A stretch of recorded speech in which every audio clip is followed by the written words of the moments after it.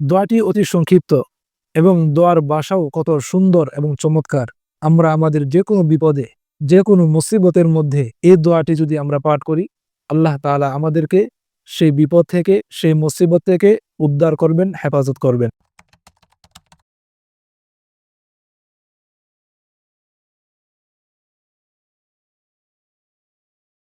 আসসালামু আলাইকুম ওয়া রাহমাতুল্লাহি ওয়া বারাকাতুহু। নাহমাদুহু ওয়া নুসাল্লি আলা রাসূলিহিল কারীম, আম্মা বা'দ।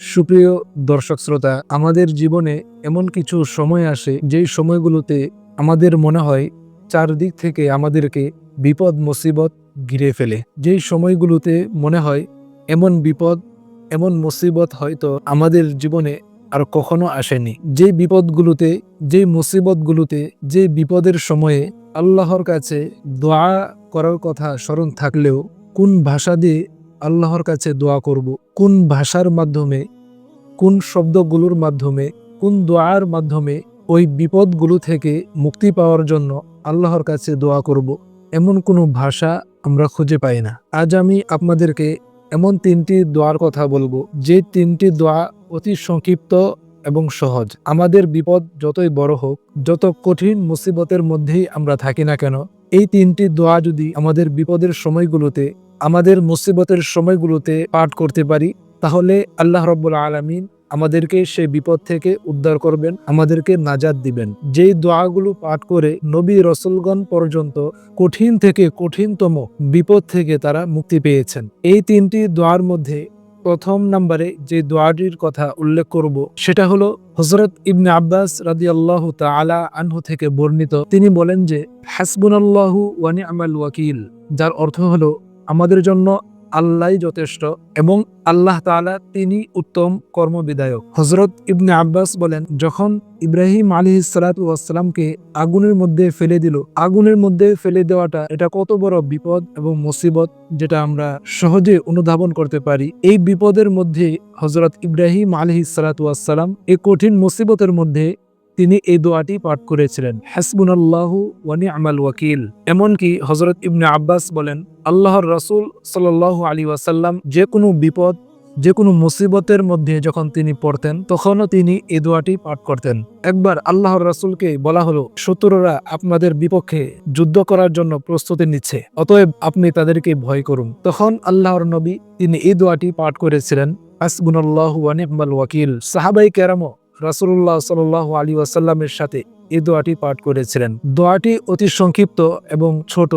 আমরা আমাদের যে কোনো বিপদ, আমাদের কঠিন থেকে কঠিন যে কোনো মুসিবতের মধ্যে এই দোয়াটি পাঠ করলে আল্লাহ রাব্বুল আলামিন আমাদেরকে সেই বিপদ থেকে উদ্ধার করবেন, মুক্তি দিবেন। এবার আমি আপনাদের সামনে দ্বিতীয় নম্বরে যে দোয়াটির কথা উল্লেখ করব, তা হলো এই দোয়াটি আমাদের সকলের কাছে পরিচিত। আমরা সকলেই এই দোয়াটি বিভিন্ন সময় বিভিন্ন মুসিবতে পাঠ করে থাকি। এই দোয়াটিও বিপদ থেকে, মুসিবত থেকে, বিভিন্ন পেরেশানি থেকে মুক্তির জন্য একটি কার্যকরী এবং উপকারী একটি দোয়া। কোন সেই দোয়া? যে দোয়াটিকে আমরা দোয়ায়ে ইউনুস নামে চিনি। অর্থাৎ ইউনুস আলাইহিস সালাতু ওয়াস সালাম যখন সাগরের গভীরে মাছের পেটের মধ্যে তিনি ছিলেন, কত কঠিন একটি মুসিবতের মধ্যে তিনি ছিলেন, তিনি ওই মুসিবতের মধ্যে এই দোয়াটি পাঠ করেছিলেন, লা ইলাহা ইল্লা আনতা সুবহানাকা ইন্নী কুনতু মিনাজ জালিমিন। এবং এই দোয়া পাঠ করেই তিনি সে কঠিন বিপদ থেকে মুক্তি পেয়েছিলেন, রক্ষা পেয়েছিলেন। যার কারণে আল্লাহর নবী এই দোয়াটিকে দাওয়াতু দিন নুন বলে অভিহিত করেছেন। অর্থাৎ এই দোয়াটি হলো মাসওয়ালা নবীর দোয়া। বিপদ থেকে, বিপদ মুসিবত থেকে মুক্তি পাওয়ার জন্য সর্বশেষ যে দোয়াটির কথা উল্লেখ করব, হয়তো আমরা এর আগে কখনো এই দোয়াটির কথা শুনিনি, কিন্তু এই দোয়াটিকে আল্লাহর নবী বিপদগ্রস্ত ব্যক্তির দোয়া বলে উল্লেখ করেছেন। সে দোয়াটি হলো, আল্লাহুম্মা রাহমাতাকা আরজু, যে হে আল্লাহ, আমি আপনার রহমতের আশা করি। ফালা তাকিলনি ইলা নাফসি তরফাতা আইন, যেহেতু আমি আপনার রহমতের আশা করি, অতএব আপনি আমাকে আমার এই মুসিবতের মধ্যে, আমার এই বিপদে এক মুহূর্তের জন্য আপনি আমাকে ছেড়ে দিয়েন না। ওয়া আসলিহ লি শা'নি কুল্লা, এবং আপনি আমার সমস্ত বিষয়গুলোকে আপনি ঠিক করে দেন, সংশোধন করে দেন। সকল বিপদ থেকে আপনি আমাকে রক্ষা করেন, হেফাজত করেন। দোয়াটি অতি সংক্ষিপ্ত, আল্লাহুম্মা রাহমাতাকা আরজু ফালা তাকিলনি ইলা নাফসি তরফাতা আইন ওয়া আসলিহ লি শা'নি কুল্লা। দোয়াটি অতি সংক্ষিপ্ত, এবং দোয়ার ভাষাও কত সুন্দর এবং চমৎকার। আমরা আমাদের যে কোনো বিপদে, যে কোনো মুসিবতের মধ্যে এই দোয়াটি যদি আমরা পাঠ করি, আল্লাহ তাআলা আমাদেরকে সেই বিপদ থেকে, সেই মুসিবত থেকে উদ্ধার করবেন, হেফাজত করবেন।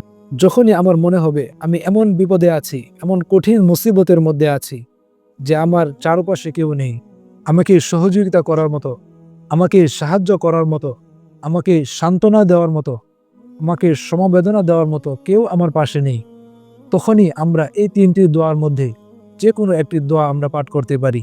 আল্লাহ রাব্বুল আলামিন আমাদেরকে এই দোয়াগুলো শিখে আমাদের বিপদে, আমাদের মুসিবতগুলোতে আমরা যেন এই দোয়াগুলো পাঠ করতে পারি।